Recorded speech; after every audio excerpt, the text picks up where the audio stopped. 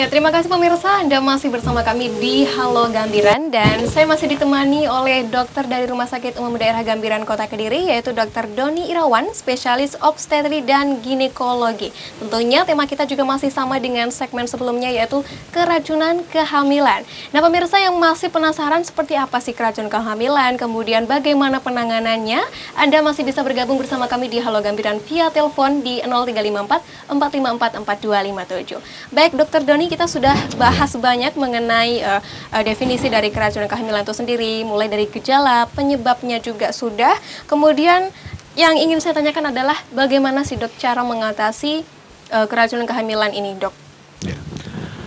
Untuk mengatasi atau terapi daripada keracunan kehamilan itu sendiri dibagi menjadi dua. Oke. Ya, sebenarnya terapi definitif itu terapi keracunan kehamilan adalah terminasi kehamilan. Baik. Atau mengakhiri kehamilan itu sendiri. Ya. Oke. Jadi kalau main kata-kata gini ya Mbak, kalau keracunan baygon itu kan yang diambil dibersihkan baygonnya ya, dikeluarkan. Iya, betul. Begitu juga dengan kehamilan. Oke. Yang dikeluarkan adalah kehamilannya harus diterminasi atau diakhiri. Jadi untuk menghilangkan keracunan, iya. Oke. Gitu. Tetapi itu pada usia kehamilan lebih daripada 36 minggu atau 37 minggu ya. Atas itu baru kita lakukan terminasi. Kalau di bawah itu biasanya kita akan melakukan konservatif. Ya, konservatif itu diberikannya ibu itu obat-obatan ya. Obat-obat anti kejang, obat-obat untuk pematangan paru bayi ya. Kemudian obat-obat untuk antioksidan atau vitamin-vitamin dan lain sebagainya. Nah, tetapi jika ibu itu kurang dari 37 minggu tapi sudah ada komplikasi yang saya jelaskan tadi. Sudah mulai ada penyakit-penyakit lain seperti sesak itu, nafas ya. Ada apa namanya? Mungkin juga karena hipertensi yang tinggi terus tidak bisa diobati dengan obat-obatan. Ya itu harus diterminasi. Mungkin selain itu tadi dok, penanganan seperti itu, penanganan lain? Atau kita bicara di Rumah Sakit Umum Daerah Gambiran sendiri ini dok, ada nggak pelayanan bagi pasien dari keracunan kehamilan itu sendiri, sudah sejauh mana ini dok? Iya, untuk pasien-pasien preeklamsi dan yang kita atasi di Gambiran, tentunya kita atasi dengan maksimal karena apa? Rumah Sakit Gambiran ada Vaskes tingkat 2 ya, Vaskes rujukan dari tingkat 1, Vaskes tingkat 1. Dan di sana ada banyak sekali spesialis-spesialis atau ahli-ahli yang berhubungan dengan penyakit preeklamsi itu sendiri. Contoh ya yang pasti dokter obstetri dan ginekologi ya, atau obsin. Yang kedua dokter anestesi untuk itunya. Di sana juga tersedia ICU, ICVCU atau HCU, High Care Unit ya. Kemudian dokter penyakit dalam ya, untuk hipertensinya bisa kita atasi, dokter saraf dan lain-lain. Baik, itu tadi kalau penanganan di Rumah Sakit Gambiran ya dok ya. Kemudian kalau misalkan sampai saat ini dok, kira-kira ada berapa pasien dok yang sudah pergi ke Rumah Sakit Gambiran memeriksakan keracunan kehamilan ini dok? Banyak sekali ya Mbak. Banyak ya dok ya? Setiap hari pasti ada. Oke, mungkin di usia berapa bisa dokter Doni sebutkan kira-kira?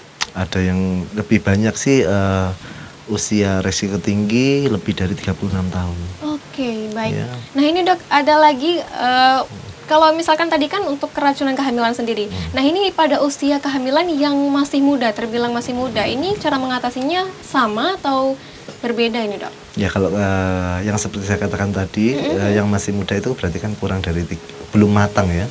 Kalau kita katakan belum aterem, jadi kurang dari 37 minggu, kita lakukan konservatif atau dipertahankan kehamilannya.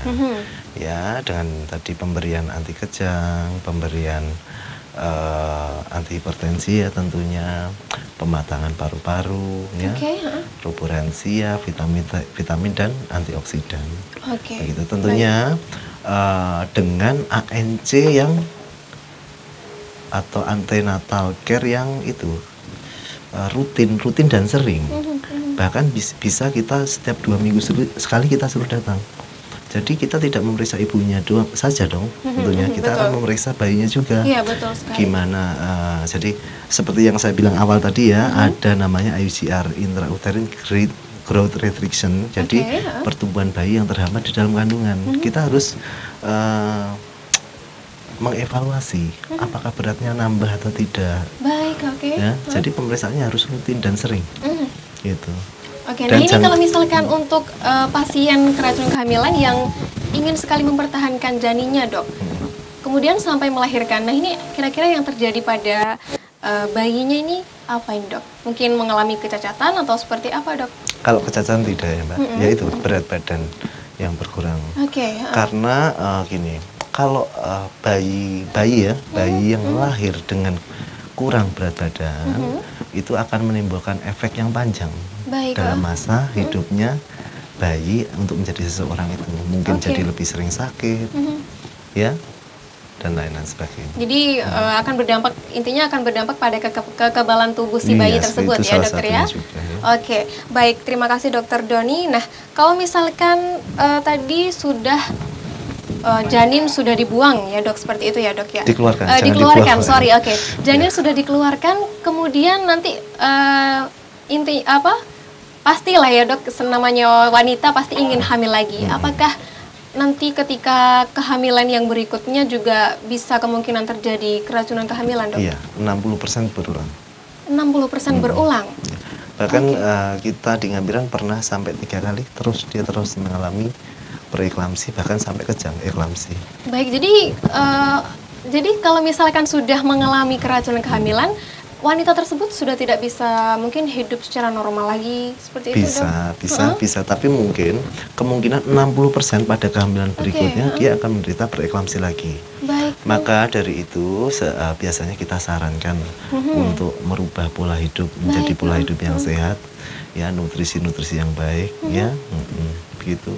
Oke, jadi kalau saya sudah mendengar dari penjelasan yang sudah diberikan oleh Dokter Doni ini, memang benar kalau misalkan keracunan kehamilan ini juga sangat berbahaya, tidak cukup lagi ya, Dok, jadi sangat berbahaya ya, Dok ya. Oke, terima kasih. Ada yang ditambahkan mungkin, Dokter Doni? Iya, keracunan kehamilan ini menyambung yang tadi ya, sangat berbahaya. Jadi usaha kita adalah untuk menurunkan angka kematian ibu. Di Indonesia ini angka kematian ibu sekitar 300 per 100.000 kelahiran hidup. Itu sangat tinggi sekali. Nah, penyebab utamanya pertama adalah postpartum hemorrhagic atau perdarahan pasca salin. Yang kedua ada preeklamsi. Ya, begitu. Jadi, yang ketiga adalah infeksi. Termasuk yang nomor 2 ya, Dok ya? Sangat berbahaya dan seandainya kita bisa mengurangi ya, maksudnya preeklamsi, otomatis angka kematian ibu ya akan turun juga. Oke, baik. Nah, Dokter, kita masih akan break dulu. Iya. Pemirsa, Halo Gambiran akan segera kembali usai jeda iklan, jadi tetaplah bersama kami.